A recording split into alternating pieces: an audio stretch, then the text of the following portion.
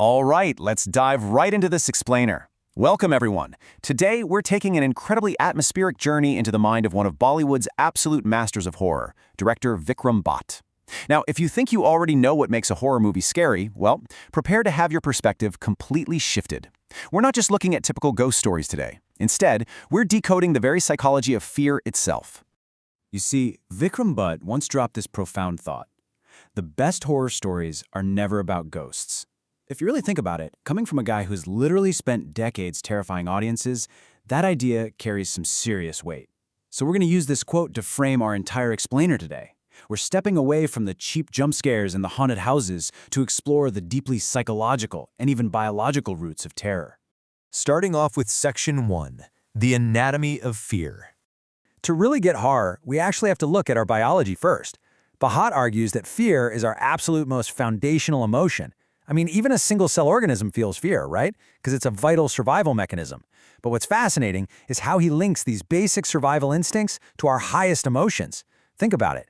Biological fear ensures basic survival. If you don't have fear, you simply die.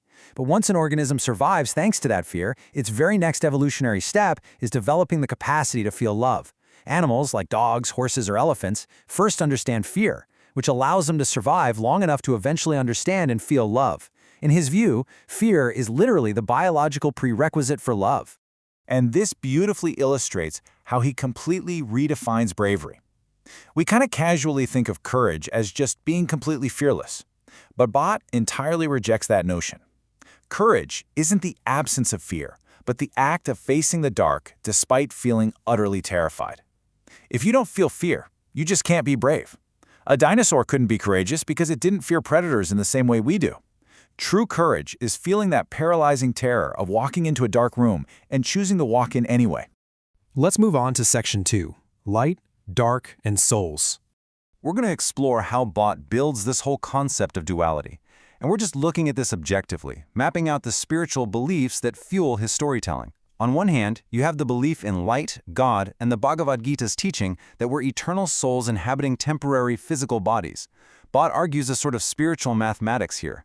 His view is that if you accept that the divine soul survives after death, then logically you've got to accept the flip side. Not every soul is pure. Therefore, mathematically, if there's a God, there must be a devil. If there is white, there must be black. For him, accepting the divine absolutely necessitates accepting the existence of corrupted, dark entities. Which brings us to this really fascinating concept, the soul's curriculum. Bhatt believes we're on Earth to learn, and get this, that our souls actually choose life's tragedies to learn vital lessons. He relates this directly to the classic Bollywood film Diwar. In that movie, two brothers face the exact same catastrophic family tragedy. But how do they react? Well, that single tragedy shapes one brother into a super dedicated police officer and the other into a ruthless criminal. The tragedy is just the test. The soul's reaction is the curriculum. Let me ask you something directly, and really think about this for a second. Have you ever walked into a room and instantly felt the heavy tension of a recent argument? You know exactly what I mean, right? Even if the people are smiling and offering you a drink, you can just feel in your gut that something is deeply wrong. Bhatt uses this incredibly relatable human experience to ground his concept of the sixth sense. He argues that this exact same instinct, the one that detects invisible human tension, is the very mechanism we use to feel unseen paranormal energy. We literally all possess it. We just actively choose to ignore it when it comes to the supernatural. All right, let's get into Section 3, Real Paranormal Encounters. So we're shifting from philosophy to what Bhatt considers his terrifying proof of concept. And keep in mind, these aren't movie scripts we're talking about. These are real, genuinely chilling experiences from his time on actual haunted movie sets. Take his film 1920, for example. They were filming in this massive Yorkshire mansion in England, which, by the way, they later found out is ranked among the top 10 most haunted mansions in the entire country. Because it was winter, total darkness would fall around 3 p.m., which forced their night shoots to begin super early. Bhatt notes that by 7:30 p.m., an eerie, unseen energy would physically thicken in the freezing air. It wasn't just his imagination either. By their 9 p.m. pack-up time, the entire film crew was reporting this intense, deeply unsettling feeling of being constantly watched by something lurking in the dark. But okay, the absolute most spine-tingling encounter happened at this other estate in the south of England. Bhatt was shooting at night and walking all alone down a massive pitch-black hallway to use the bathroom. Suddenly, he distinctly heard heavy footsteps right behind him, closely matching his pace. Naturally, he assumed it was his constant attendant, Inder, just being overprotective. So a bit annoyed, Bot turns around to scold Inder and tell him to go back to the set. But he ends up staring into a completely empty hallway. There was literally no one there. And the truly terrifying twist, when he got back to set, Inder confirmed he had never left his post. And honestly, it's not just isolated to creepy old English mansions. There's also the infamous Mukesh Mills incident right in the heart of Mumbai. They were doing a top-angle camera setup high above the set when Bot clearly heard a sudden, totally unexplained, piercing scream rip through the air, immediately followed by a voice abruptly shushing it. It's just one more chilling piece of evidence in his catalog of real-life spooky encounters that directly feed into his incredibly atmospheric filmmaking. Next up, Section 4, When Fiction Meets Reality. So, we're going to shift gears here to explore the incredibly bizarre and sometimes genuinely dangerous consequences of being a master of cinematic horror in a world deeply rooted in superstition. I mean, what actually happens when desperate people start thinking a horror movie director is a real-life exorcist? It sounds completely absurd to most of us, right? But this is the very real, somewhat tragic reality of how deeply Vikram Bhatt's cinematic fictions impact certain segments of his audience. Desperate people really begin to blur the lines. This one truly wild encounter illustrates the whole thing perfectly. Picture this, it's 3:15 a.m. Bhatt is abruptly jolted awake by frantic knocking from his maid. A well-dressed mother and her child had just arrived at his door out of nowhere, desperately pleading for him to rescue them from a ghost that was supposedly tormenting them. Because he directed these movies, they firmly believed he had actual supernatural solutions.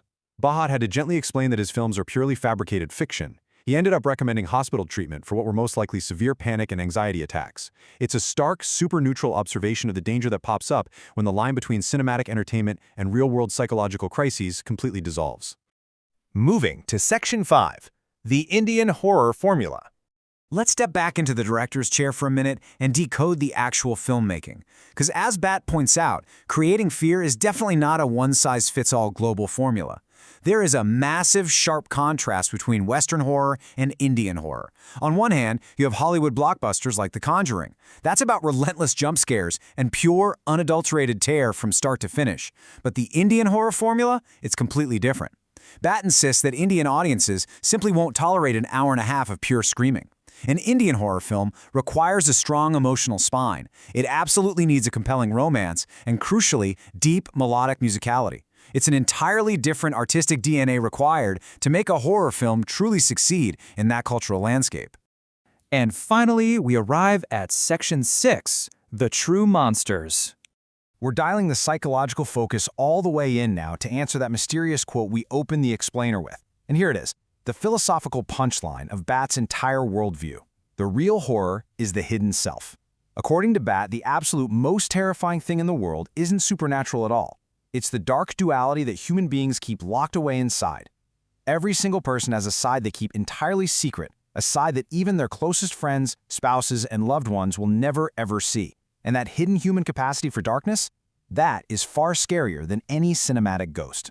Which leaves us with a final, kind of lingering question today. If the scariest monsters truly live within us, what are you hiding in the dark? It completely flips the script on what we should actually be afraid of, doesn't it? Thank you so much for joining me on this psychological exploration, and I hope this explainer leaves you thinking just a little differently the next time you turn off the lights. See you next time.